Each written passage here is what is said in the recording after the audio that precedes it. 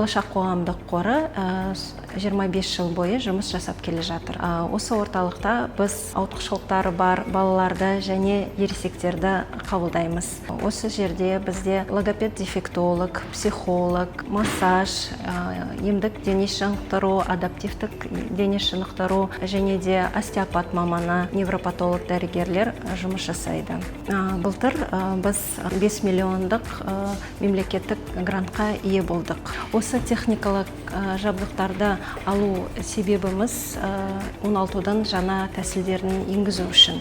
Сонымен қатар осы грант бойынша біз жаңадан мамандарды жұмысқа қабылдаймыз.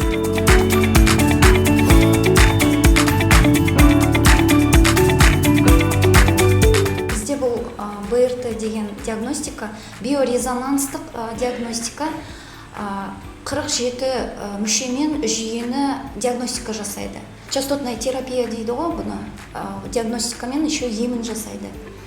150 анализдарды тапсырғандай және 37 мамандардың жұмысын атқаратын болатындай осындай дәрежеде жұмыс жасайды. Негізі БРТ жасанды интеллектіге құрылғы деп санауға болады. Инновационный технология деп айтамыз соны. 99%-ға дейін точность береді.